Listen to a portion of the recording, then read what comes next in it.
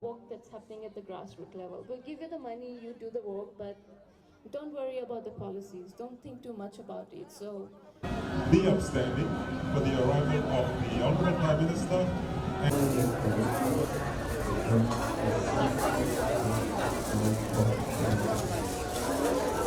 Mission was 7 houses which were relocated. Especially in the rainy.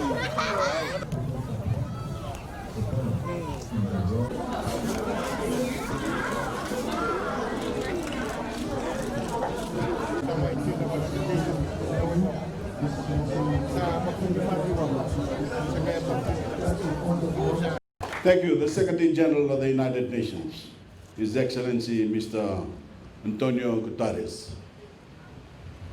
Honorable Cabinet Ministers, the Speaker of the House, Speaker of Parliament, Honorable Members of Parliament, Your Excellencies, members of the Diplomatic Corps, members of the UN family, distinguished guests, ladies and gentlemen, Nisam Bulavinaka, and a very good afternoon to you all. Let me begin by saying how deeply honored I am to be the recipient of the 2020 Champion of the Earth Award. I'd like to thank the United Nations for this incredible recognition. But as I stand here today to accept this award, I do not do so not for myself, but on behalf of every Fijian, on behalf of every Pacific Islander, and every person on earth whose lives have been impacted, uprooted, and even lost to climate change. Over the past few years, starting with Fiji's presidency of COP23, we have been among the world's most vocal proponents for climate change. As your Prime Minister, I've had the privilege of amplifying your voices through speaking engagements throughout the world. All across the globe, political leaders, business executives, actors, and advocates have heard the story of the Pacific Islanders' struggle for survival. And millions more ordinary everyday citizens have had their eyes opened to the immediate existential threat of a changing climate and rising seas. Because of this, you, my fellow Fijians, have been agents for progress. Real, meaningful progress that just might help save the world as we know it. And while I've been your microphone, I must also recognize the United Nations for giving Fiji the stage that allowed your voices to be heard by so many.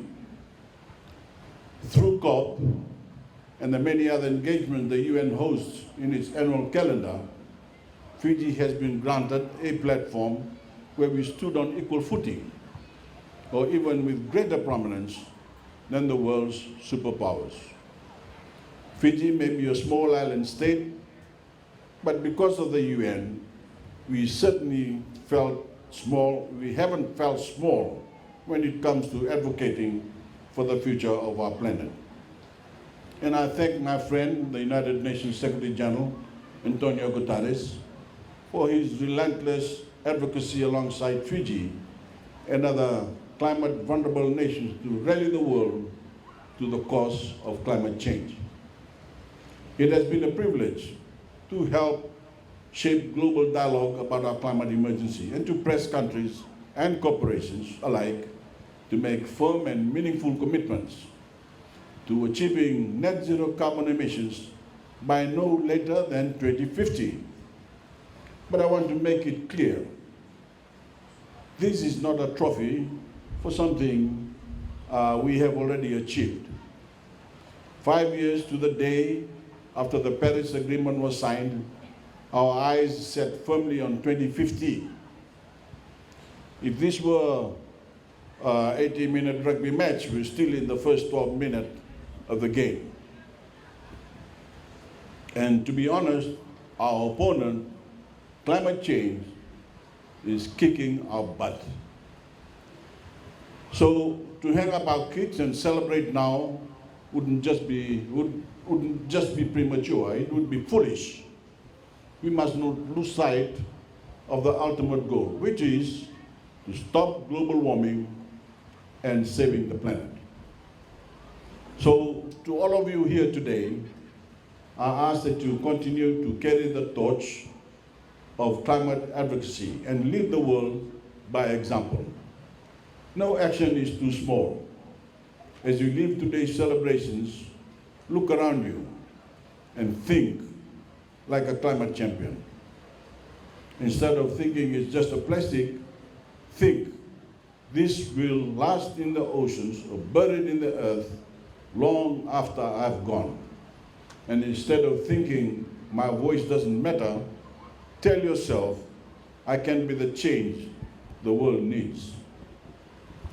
And as you do, know that I, along with the hardworking team of the Ministry of Economy's Climate Change Division, who put in long hours behind the scenes, will continue this fight for our lives with the same passion and vigor as when we began. I have great confidence in the United Nations system, as we have seen much of impact firsthand here in Fiji. So as we gather today to celebrate 75 years of the UN, 50 of which Fiji has been a proud member, I look forward to doubling down on our own commitment to multilateralism and to continuing to press other nations to do the same with bold net zero commitments. Because when it comes to the fate of our planet, there are zero excuses. That applies if you are leading a country, running a company, or engaged through civil society. A carbon neutral future is the only one worth fighting for. There is no place in the world I'd rather be to accept this award than here in Fiji. In our communities, we see the climate emergency unfolding before our eyes. We see the rising seas and stronger storms. We see the loss of crops and depleting sea life. We know it does not have to be this way, and we will continue to work with the UN to better both Fiji and the world, with our sustainable development goals as our guiding light.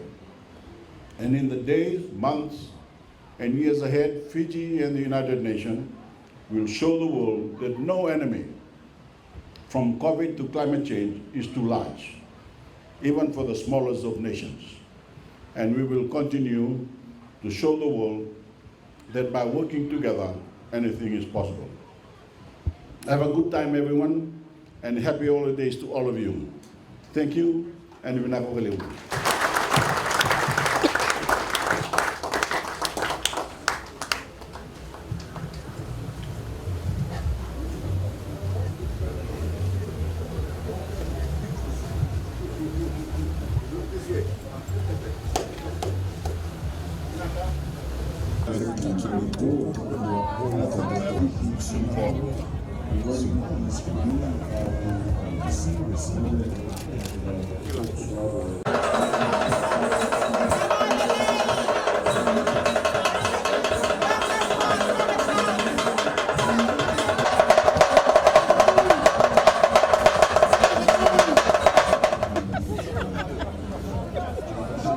Salang na po, Pempo.